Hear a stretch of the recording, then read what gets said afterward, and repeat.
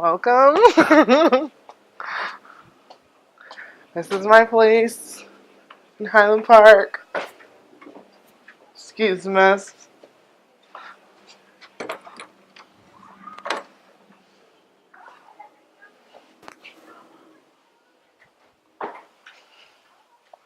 Live with a group of guys.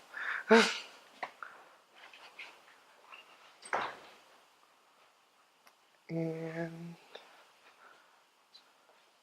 here's my room. It's because I have to be out of my apartment by this month. There's no like what if.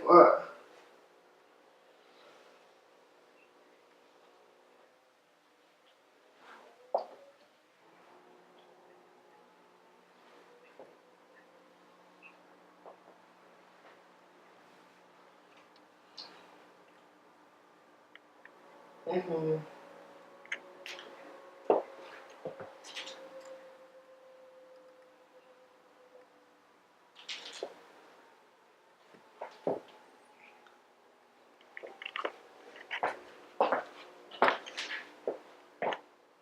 Okay.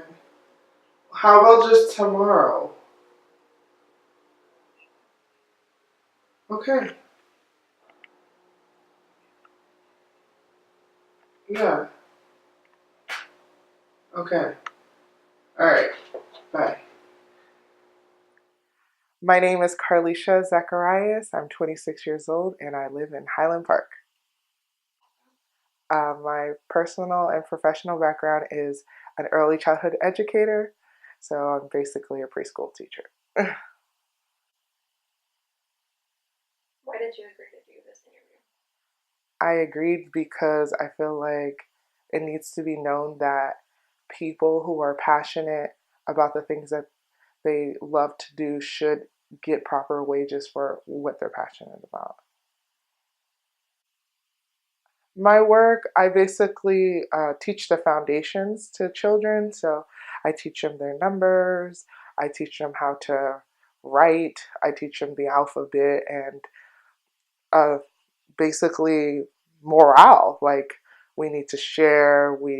Um, we're not hitting people. We're talking things out, and it's okay to um, be in tune of your emotions. It was actually really crazy because when I was first going to college, I was like, oh, I'm really blind, so I should be like an ophthalmologist or something like that. And I wanted to do something that I was like passionate about, like, oh, I can't see, so let me help people that can't see. Or like at first, I changed to psych. I was like, oh, I want to help people because there's a lot of people that needed help. But then more and more I went through psych. I saw like it was a lot of, no offense to anybody who's into psychology, but it was a lot of um, you know, where because you do this makes you this person, and they kind of put people into categories,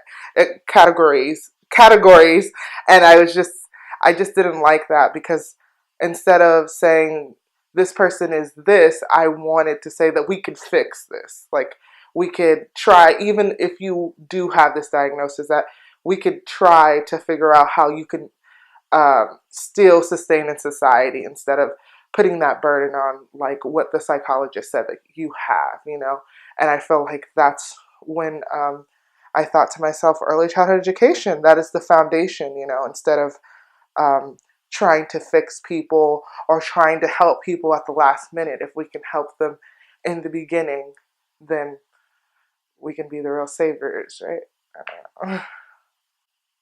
Passionate work is broke work. Anything that you're passionate about, sometimes like you're probably not going to get compensated for, because when you're passionate about something, I believe that it gives you the individual drive. So since you can see that drive, not everybody can see the same vision that you have. You know, I can sit here and say like I can be the greatest writer of all time, and I hope that's true one day. But I could say I can be the greatest writer of all time, and I believe in that passion that gets me going through the day. But not necessarily is everybody gonna see that, and how other people see you is what have you done? Who gives you this credibility? Where does it say this? Who do you know? You know, it's not like, oh, I believe in you regardless. It's your credibility and who you know, and what are you going to do with that? I won't say I'm passionate every day. I don't think like that's how that works. I think some days are different than others. You're like, oh, I'm really doing this, and not saying that you need recognition for everything, but like you do, you do need some compensation for the work that you're doing because it's very important.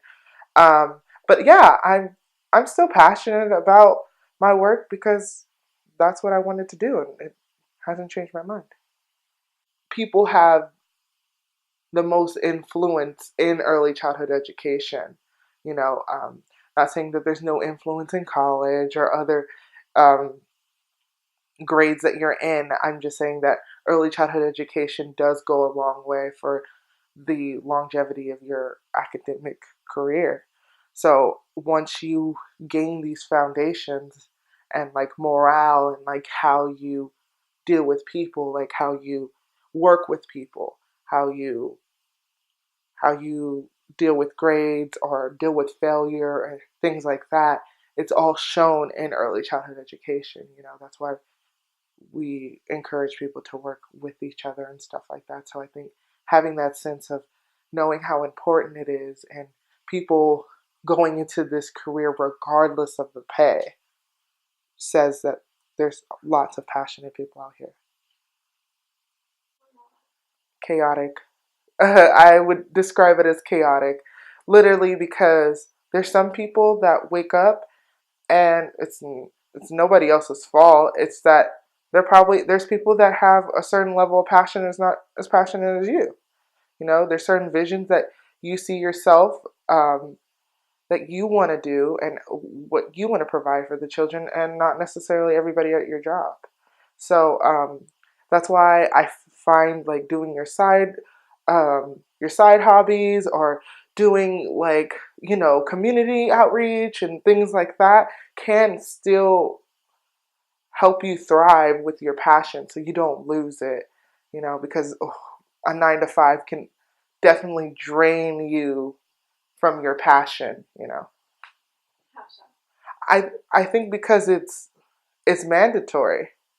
Once you start making it, well, you need to do this, you need to do that, and suddenly what you're working for or you're helping, which you already know that you need to do, once there's more pressure on you, it kind of takes away passion in a sense. So working with companies, it does get hard, but that's what I'm saying. You have to still work through it through your other outside things, and still sustain the passion that you do have. I think the scariest thing wasn't actually the desk thing, but I'll go over the desk thing. Basically, there's a desk like this, and like there's like a desk of like probably 4 sides, and literally 4 teachers are working on one desk. Like we only have this much. We only have this much space to finish our work, and we're all like squeezed in, writing our DRDPs and ASQs and assessments and things like that on one little desk. We don't have much space, like very small spaces to even finish our work. Sometimes people call out, so then we have to jump into the classroom and help them teach their class, which is fine with me to jump in, but like we do need our space. We still need our materials. We still need our things in order for us to do our work. I think the craziest thing was all of the paperwork from the state was was ridiculous, because how many anecdotal notes that you had to take on each child for every milestone, which is that's fine to record milestones, but how many that we had to do without the lack of resources that we did have. And it was just so much paperwork.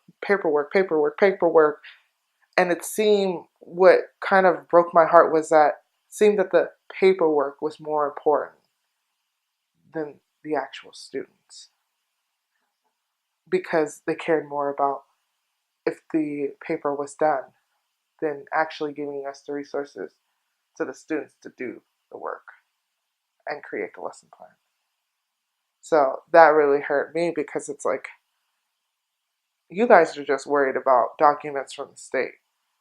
You guys are just worried about all of these being filled out. We can clearly tell that you don't care about the student because we still don't have paper. We still need new pencils. We still need, new materials to conduct our lesson plan. And you're having us ask low income students who are the only reason why they can be in this program to ask their parents for resources, which is crazy to me because they're low income for a reason and you're telling them to bring in the materials. So, yeah. Do you feel like, as a worker, at any time, if you were to question some of these things, like the lack of resources or the multiple roles that you have to fill, or just like other disservices that you wanted to address, do you feel like your concerns were heard, or do you feel like they were?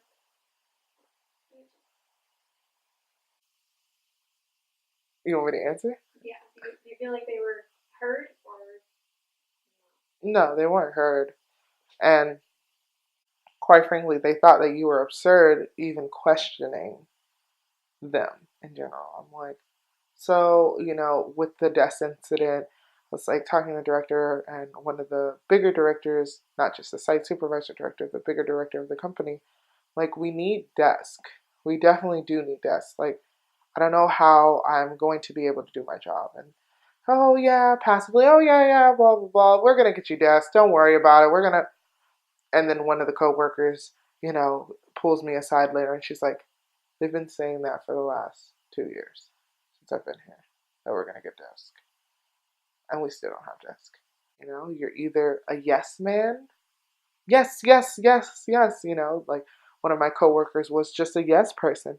Oh, well, do you want to come in at like 6 in the morning? Yes, yeah, that was fine. I'll help prep the classrooms and stuff like that. Work OT, doesn't think anything of it. She, like, these companies, they take your passion, what you have, and utilize it all the time.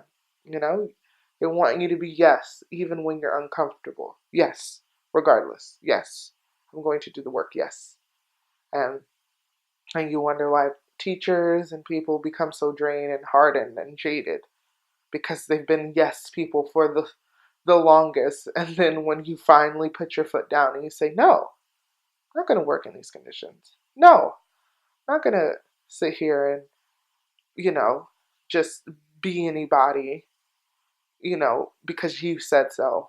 Or like, whatever you want me to do, I'm just going to do it regardless and not question it. Like, as soon as you start questioning things, saying no, I don't feel comfortable while doing that. That's how you don't have a job.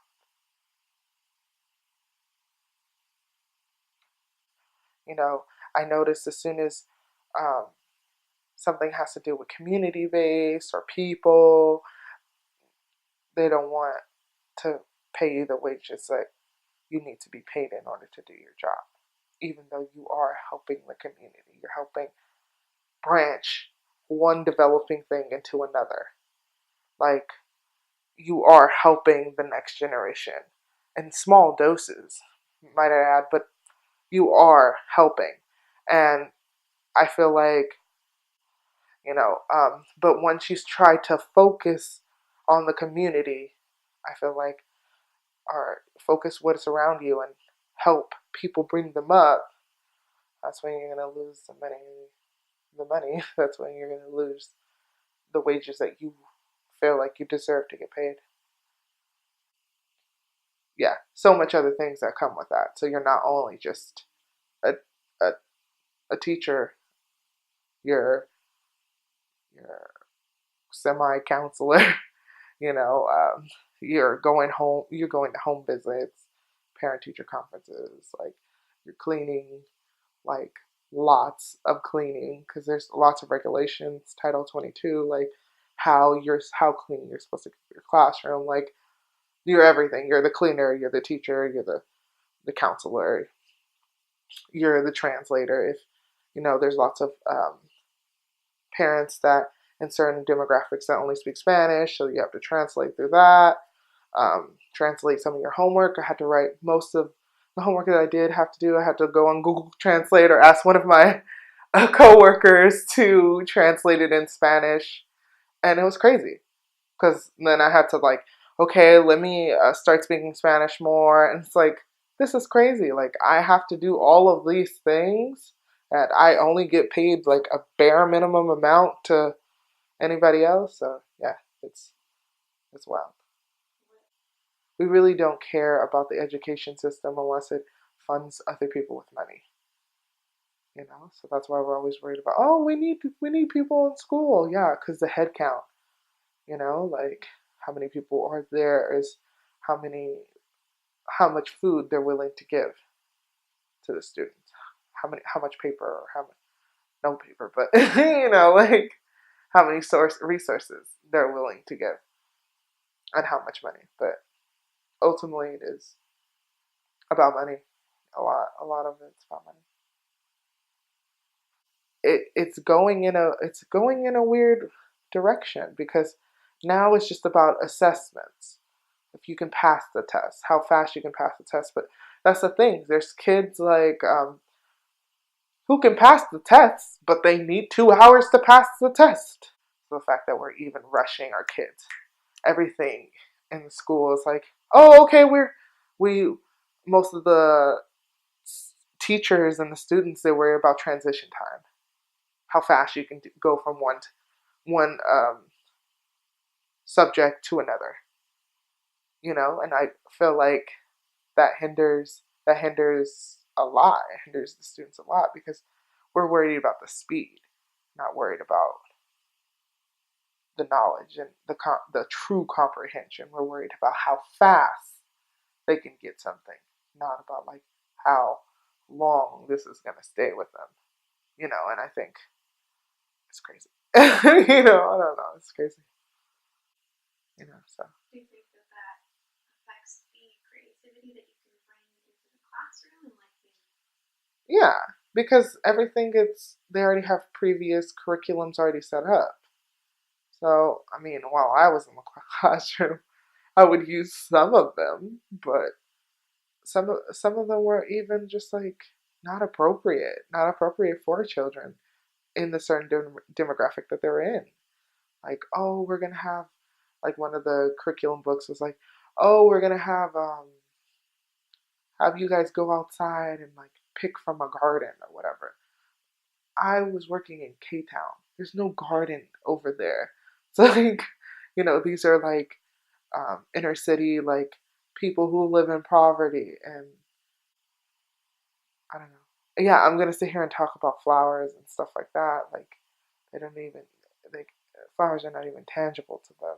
Some of these kids because they live in a city, or the garden. Like it was hard for them to process a garden. So it's like we need these things in the facility so we can teach kids about gardening and things like that from outside. But how are we going to have those things without the resources? So it was just crushes your dreams because you're like, oh, I want to help children. I want to do this. I'm trying to be inspiring. But it's not that's not this situation is gonna push me down from the rest of my passion. Still passionate to help out the community and children and helping them with the foundations because that's what they need right now. That's what kids really do need. Like they need the support. And I can't just be another person saying no and another person passively just pushing their needs aside.